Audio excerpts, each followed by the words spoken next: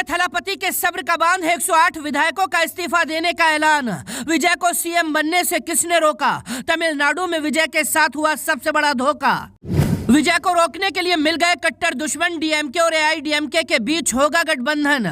तमिलनाडु में दो दुश्मन मिलकर बनाएंगे सरकार, टूटेगा विजय का सीएम बनने का सपना।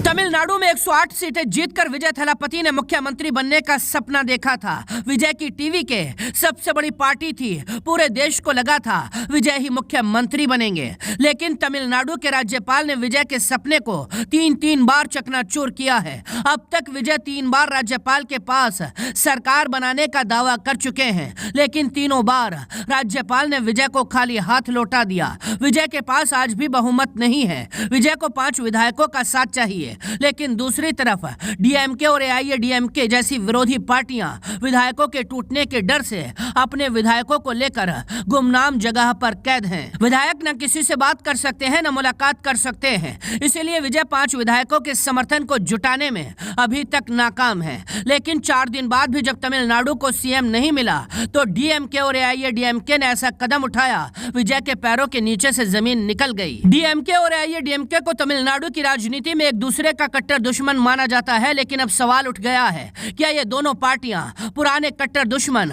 विरोधी विजय को रोकने के लिए एक साथ आने वाले हैं? डीएमके और एआईडीएमके दोनों के पास 107 विधायक हैं और कहा जा रहा है 11 निर्दलीय या फिर छोटी पार्टियों के विधायकों का समर्थन भी उनके पास आ जाएगा। इसलिए ये दोनों पार्टियां मिलकर अब नई सरकार बनाने का ऐलान करने की तैयारी में है।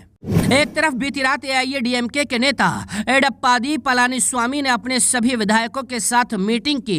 पलानीस्वामी ने अपने सभी विधायकों को भरोसा दिलाया, अच्छी खबर आने वाली है, एआईडीएमके ही अगली सरकार बनाएगी। और दूसरी तरफ चेन्नई में डीएमके की बैठक हुई, जिसमें एमके स्टालिन ने विधायकों को सरकार बनाने के संकेत दिए। यानी विजय थलापति को जिसका डर था, तमिलनाडु की राजनीति में उसकी शुरुआत हो चुकी है। 2 विरोधी अंदर खाने सरकार बनाने की पहल शुरू कर चुके हैं। लेकिन जैसे ही विजय को इसकी भनक लगी, विजय की पार्टी टीवीके ने खुला ऐलान कर दिया, अगर सबसे बड़ी पार्टी होने के बावजूद उनको सरकार बनाने से रोका गया और किसी दूसरे ने सरकार बनाई, तो उनके 108 विधायक इस्तीफा दे देंगे। विजय ने कहा, बिहार में इसी तरह से जब नीतीश कुमार के पास बहुमत नहीं था, लेकिन उनकी पार्टी सबसे बड़ी थी, तब राज्यपाल ने उनकी पार्टी को सबसे बड़ा बताकर सरकार बनाने का न्योता दिया था। लेकिन आज हमारे पास 113 विधायक हैं, कांग्रेस का समर्थन भी हमारे साथ है, लेकिन इसके बाद भी राज्यपाल ने सरकार बनाने नहीं दिया है। यहाँ तक कि राज्यपाल ने साफ कह दिया है, जो भी पार्टी पूर्ण बहुमत लेकर आएगी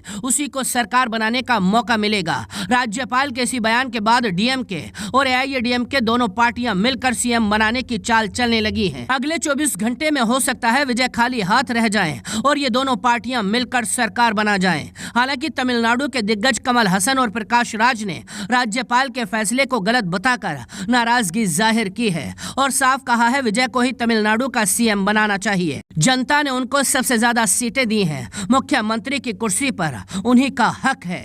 ब्यूरो रिपोर्ट।